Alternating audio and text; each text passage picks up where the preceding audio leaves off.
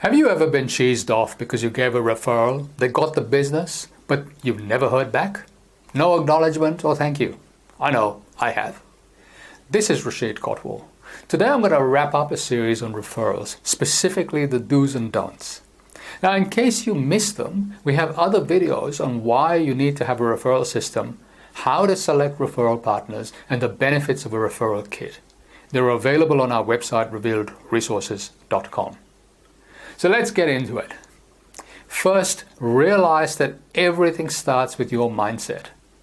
While we all love referrals, you must have a mindset that referrals can't be left to chance, and the better your system, the better your results will be. Good referral sources are like gold. You need to treat them with respect and not take them for granted. So here are a couple of examples which illustrate the point. Years ago, I gave a referral which turned into significant business that's lasted for years. But it was months later that I found out that the person I'd referred had got the business, and only by chance by talking to the end client. To this day, never got a thank you, any form of acknowledgement.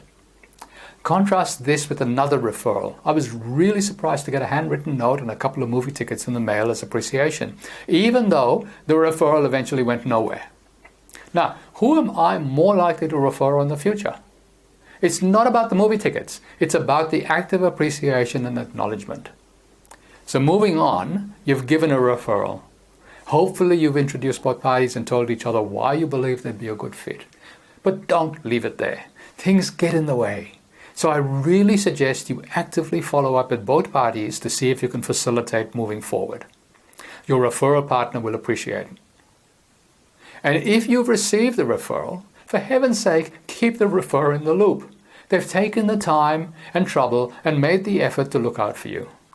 So don't take them for granted.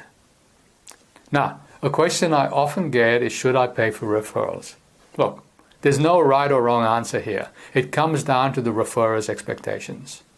Cash payments were pretty common in the financial industry, but now legally they have to declare these. Other people do want up to 10, 15, 20%.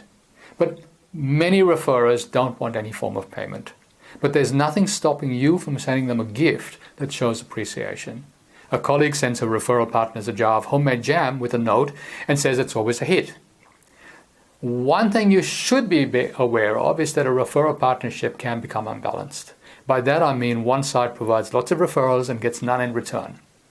Resentment can set in. The generous party who provides the referrals thinks they're doing all the work and not getting much in return. Now, most people won't say anything. They'll just stop referring. So be aware of this, and if you're the guilty party, ask what you can do to remedy the situation. Most people, once again, will say, don't worry. But trust me that eventually things will go sour unless you find a way to show some form of appreciation. And if they don't want money, give them something, maybe something to their favorite causes, a charity, something like that. So to wrap up, you must have a systematic approach to generating referrals. And if you'd like help in creating one, give us a hoy.